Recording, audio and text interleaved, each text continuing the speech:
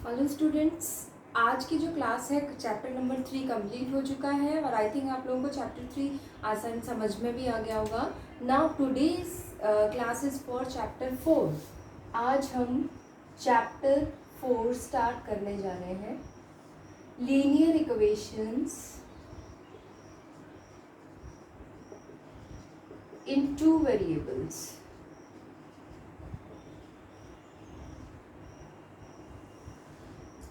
This is the chapter linear equation in two variables.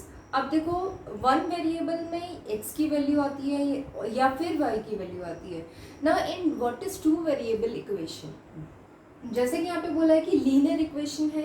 Linear का मतलब यहाँ पे जो हाईएस्ट पावर रहेगी वेरिएबल की वो 1 रहेगी, डिग्री जो रहेगी वो 1 रहेगी। टू वेरिएबल्स है तो टू वेरिएबल का मतलब x और y दोनों एक ही इक्वेशन में होंगे। सपोज मैंने एक इक्वेशन लिखी 6x प्लस 2y प्लस 0 या 2 is equals to 0। This is the equation. अब ये जो इक्वेशन इसमें दी हुई है, इसमें हमारे पास x की जो पावर है वो 1 है, y की भी पावर 1 है और यहाँ पे दो वेरिएबल है। इसका मतलब दो जो है दो, इसमें x और y दो वेरिएबल है। वेरिएबल का मतलब होता है ऐसी वैल्यूज जिनकी वैल्यूज हम वेरिएट कर सकते हैं, चेंज कर सकते हैं। यहाँ पे x की वैल्यू को हम कुछ भी रख सकते हैं, y की वैल्यू को भी कुछ भी रख सकते हैं। तो x और y की ऐसी वैल्यूज जिन्हें हम वेरिएट कर सकते हैं, that's why these are called variables. Now I think linear equation और वेरिएबल का मतलब आपको समझ में आ गया होगा। Now the question comes that what is the form of a linear equation in two variables? The general form of equation in two variables is ax plus by plus c is equals to 0. ये इसकी general form या standard form कह सकते हो। ये general form जो होती है इसमें ax plus b y plus c is equals to 0 होता है। इसका मतलब ये हुआ, यहाँ पे x का कोफिशिएंट a रहेगा, y का कोफिशिएंट b है और c कोई भी कांस्टेंट नंबर होगा। अगर हम किसी भी इक्वेशन को यहाँ पर इस चैप्टर में कंपेयर करेंगे तो हम इसी जनरल फॉर्म से या स्टैंडर्ड फॉर्म से कंपेयर करेंगे। जहाँ पे बीच में प्लस है तो कांस्टेंट जो भी वेरिएबल जो इसका ये है कोफिशिएंट है जो वो नेगेटिव भी हो सकता है और इक्वल टू 0 ही लेना है। लेफ्ट हैंड साइड में ये आएगा, राइट हैंड साइड में ये आएगा। तो आप लोग चैप्टर में लिखने से पहले, स्टार्ट करने से पहले ये जनरल फॉर्म ज़रूर नोट कर लेंगे। नाउ ज़्यादा थ्योरी नहीं है इस चैप्टर में। Now we are going to start the exercise 4.1। 4.1 exercise start करना है और the first question of this chapter is the cost of the notebook is twice the cost of the pen. There is one notebook, cost of notebook is equal to twice of cost of pen. ऐसा question में बोला है। We are going to do the solution only. तो जब भी आप chapter start कर रहे हैं या फिर कुछ भी कर रहे हैं, जब भी आप पढ़ने बैठते हो या वीडियो देखने बैठते हो तो आप लोगों को बुक लेकर के बैठना है। अदरवाइज क्वेश्चन समझ में नहीं आएगा तो सोल्यूशन समझ में नहीं आएगा।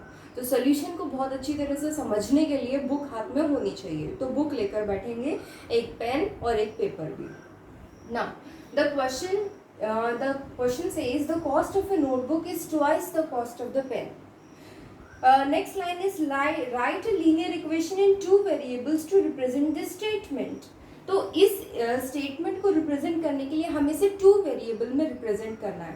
टू वेरिएबल में रिप्रेजेंट करने का मतलब होता है हमें दो चीज़ें चाहिए। यहाँ पे भी दो चीज़ें हैं, एक नोटबुक है, दूसरी पेन है। तो हम लेट कर लेंगे, let the cost of notebook is equals to x and the cost of pen is equals to y। तो मैंने ये दो वेरिएबल जो थे वो मैंने लेट कर लिए। अब मुझे अकॉर्डिंग टू क्वेश्चन लिखना है कि अकॉर्डिंग टू क्वेश्चन में ये इक्वेशन जो थी वो क्या बनी। Cost of the notebook that is x equal to 2 into cost of pen that is 2y। So this is the linear equation in two variable of this question. बहुत ही easy है। जैसे वन वेरिएबल में step by step हमने equations बनाई थी, वैसे ही two variable में भी बनानी है। बस ध्यान ये रखना है कि यहाँ पे दो ऑब्जेक्ट्स गिवन होंगे हमेशा, तो दो ऑब्जेक्ट्स में से एक ऑब्जेक्ट को x और एक ऑब्जेक्ट को y मानना पड़ेगा। Now the second question, question number 2.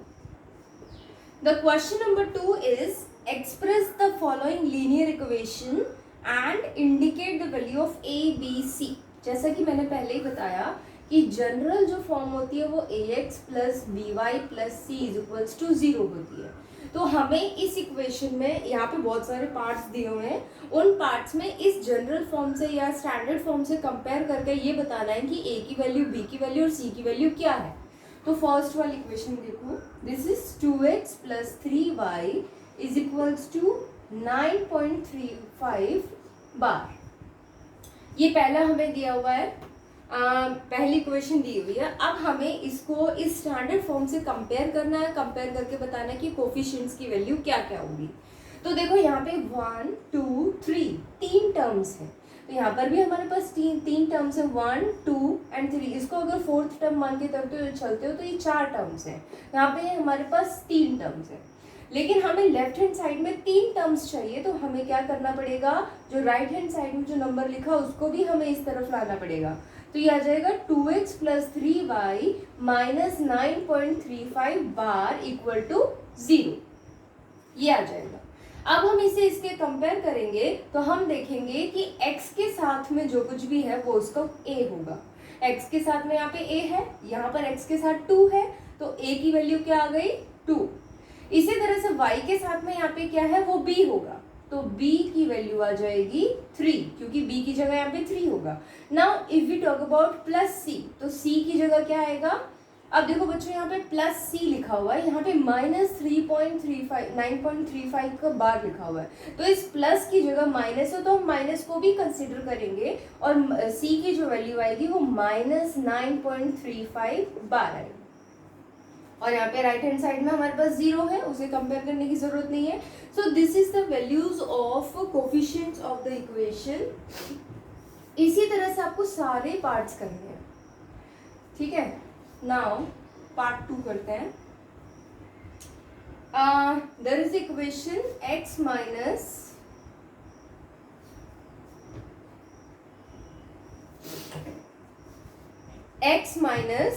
Five y by 5 minus 10 equal to 0, ये इक्वेशन है। अब इस इक्वेशन में हमें दिख रहा है कि यहाँ पे अपॉन में भी दिया हुआ है, या न्यूमरेटर भी न्यूमरेटर और डिनोमिनेटर की फॉर्म में दिया हुआ है। अब इस इक्वेशन में अगर हम इसको कंपेयर करते हैं तो राइट में 0 होना चाहिए, तो 0 है, तो हमें किसी को भी ट्रांसपोर्ट करने की जरूरत नहीं है। यहाँ पे ax दिया है, यहाँ पर 1x दिया है, यहाँ by दिया है तो माइनस 5/y दिया हुआ है, y/5 दिया है, प्लस c दिया है तो माइनस 10 और इक्वल टू 0 दिया है तो इक्वल टू 0 दिया हुआ है। अब अगर इसमें से हम कंपेयर करेंगे तो 1 के आगे क्या है, a इज इक्वल्स टू 1 आ जाएगा। क्यों, क्योंकि यहाँ पे 1 जो है 1 एंड यहाँ पर a दिया हुआ है, इस वजह से। नाउ सेकेंड पार्ट, यहाँ पर y है बच्चों। अगर माइनस y/5 लिखा हुआ है तो इसका मतलब होता है माइनस 1/5 इंटू वाई लिखा है। माइनस y/5 का मतलब होता है माइनस 1/5 इंटू वाई लिखा हुआ है, क्योंकि 1 y इंटू 1 वाई हो जाता है अगेन, इस वजह से। तो इसका मतलब क्या हुआ कि y के आगे क्या नंबर लिखा है वो b होगा, तो y के आगे माइनस 1/5 लिखा है तो b की वैल्यू क्या आ जाएगी minus 1/5। Now if we talk about c, तो c क्या आएगा, यहाँ से यहाँ प्लस c है, यहाँ माइनस 10 है तो माइनस को भी लेंगे तो minus 10। So these are the coefficients of the equations a, b and c. Now एक और डिस्कस कर लेते हैं जो थोड़ा सा अलग होगा। 8th पार्ट, इसी क्वेश्चन का 8th पार्ट डिस्कस कर रहे हैं। क्वेश्चन नंबर 2 का 8th part, yes this is 7th part है, not 8th। 7th part is y minus 2 is equals to 0 and this is ax plus by plus c equal to 0। ये हमारी standard form होती है। अब बच्चों यहाँ पे देखो, इस वाली इक्वेशन में आप देख रहे हो यहाँ सिर्फ y दिया है और -2 दिया हुआ है और इसमें कुछ भी नहीं है। जिस इक्वेशन में x के साथ में कुछ भी नहीं दिया है तो हम वहाँ x ऐड कर देंगे 0। तो 0 plus y minus 2 is equals to 0। अब देखो ये 3 टर्म वाला बन गया, इसी तरह ये 3 टर्म वाला है। तो अब हम इसे कंपेयर करेंगे तो a क्या आ जाएगा 0, क्योंकि ax इज इक्वल्स टू 0 है इसलिए a भी 0 होगा। प्लस y, अगर b y से कंपेयर करेंगे तो y की वैल्यू कितनी आएगी, b की वैल्यू कितनी आएगी 1। एंड -2n प्लस c दिया है तो c कितना आएगा -2। So these are the values of a b and c। अब इस क्वेश्चन के बाद में एक 8th पार्ट भी है, 8th पार्ट भी करना जरूरी है। 5 is equals to 2x given है, 5 इज इक्वल्स टू 2x। अब इस केस में क्या करना पड़ेगा, अब इस केस में भी हमें यही फॉर्म चाहिए। अगर इस फॉर्म को बनाना है तो हमारे पास ऑलरेडी 2x है, तो हम 2x को इस साइड में ले आएंगे। हमें जो हमारा मेन मोटिव होता है कि हमें राइट हैंड साइड में 0 चाहिए, तो हम 0 ही बनाएंगे राइट हैंड साइड में। तो ये आ जाएगा 5 minus 2x is equals to 0। अब यहाँ क्या y है, y नहीं है, तो हम इसे रीअरेंज कर देते हैं।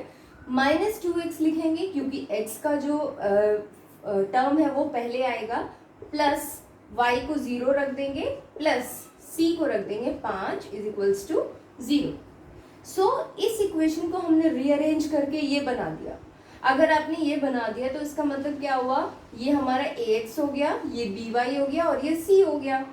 अब इसे इजीली हम कंपेयर कर सकते हैं। a is equals to -2, b is equals to 0 and c is equals to 5।